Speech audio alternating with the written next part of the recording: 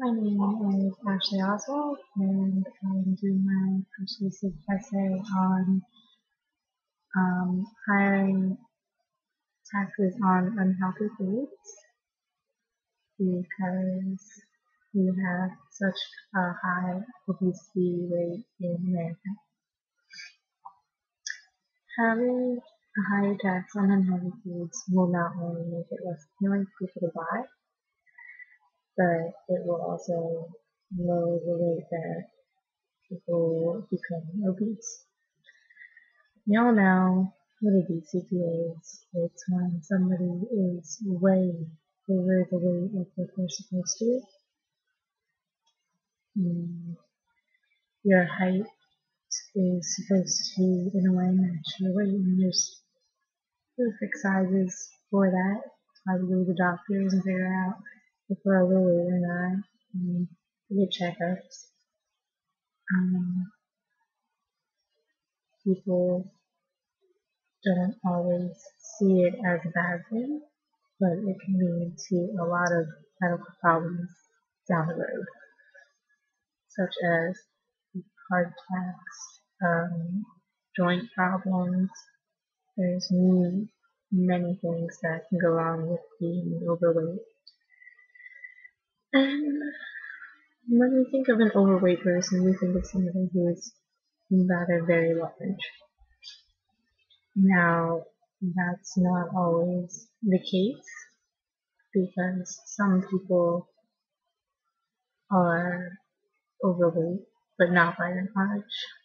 And the doctors will tell you you're overweight, but if you're happy with, like, you have a happy medium and you're not always eating junk food and gaining more weight, you should be fine. The reason people buy unhealthy foods is because it tastes good, it's cheaper, and it's more convenient. People do not always have the time to prepare themselves a meal, so that is why they are more likely to go to a fast food joint and pick a cheeseburger, some fries, some chicken nuggets, because it's more convenient. And unhealthy food tends to fill a person more up than eating healthy food, such as like a salad. Some people will look at that and be like, that's not going to fill me, so I want something more. Another reason people eat unhealthy food is because it's typically cheaper than buying, let's say, an apple or a salad. At McDonald's now they have a dollar menu. You can get a cheeseburger, you can get French fries, and a drink, like all for $3. When salad costs basically $3 now, or $4. Another reason people are more likely to buy unhealthy foods because it tastes better. The producer aims at the consumer's taste buds, which hits the spot for them. They are satisfied when they eat it, and they will more than likely go out and buy it the next time they're out.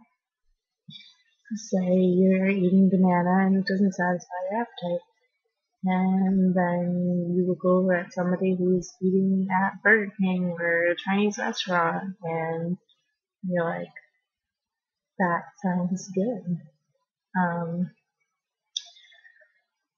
And the reason that a lot of people are buying such sugary, fat, concentrated items is because over time the cost of sugar sweetened beverages has gotten less expensive compared to the cost of the healthful choices like milk. If you want a soda, you can get a 32 ounce for like $1.50.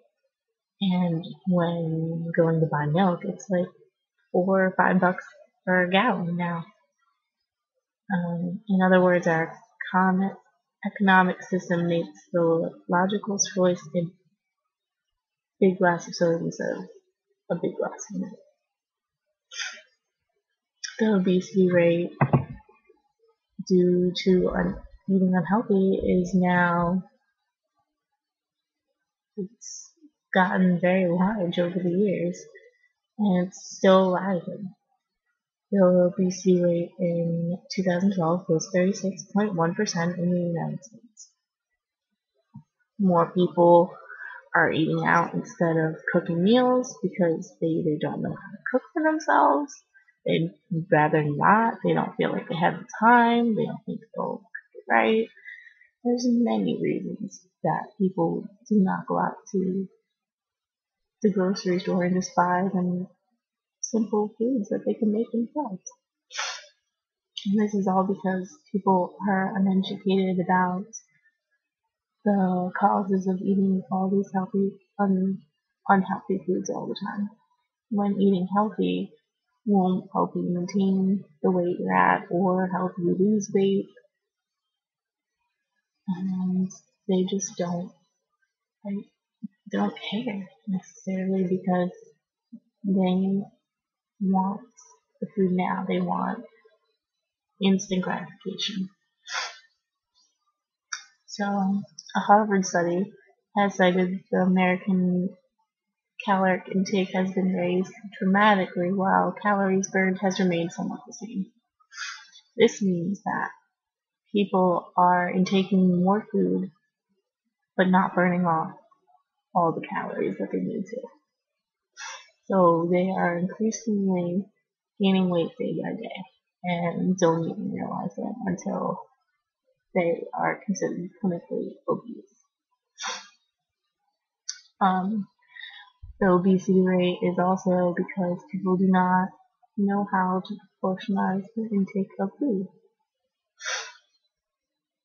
This meaning what the calorie rate was said before, they are buying more food but not being more active. So they are sitting around watching TV, playing video games, whatever it is that they're doing, and not burning calories. They're just sitting on the calories and just not using up the calorie intake that they are consuming. How the government should step in and reduce larger unhealthy products from being made and raising the tax of unhealthy foods. A higher tax will deter people from consuming more junk. I believe this because nobody wants to pay more for something they can get cheaper. So if a bag of potato chips is less than a pound of apples, then people are probably more likely to buy the apples and the chips. So when thinking this, people should shop more wisely and just not buy jumbo-sized snacks just because it's gonna make them feel satisfied and then not want to eat anything else after eating a whole bag of potato chips, which is a lot of calories. I'm not sure exactly how much, but I know it's a lot. The bill has been called by many, including state legislatures, as the anti-Bloomberg bill, after New York City Mayor Michael Bloomberg attempted to pass a law banning the sale of sodas bigger than 16 ounces. Now, I think that was a good idea because if you're buying a 32, 44 ounce thing of soda, just imagine, like, that's half of what your calorie intake is supposed to be.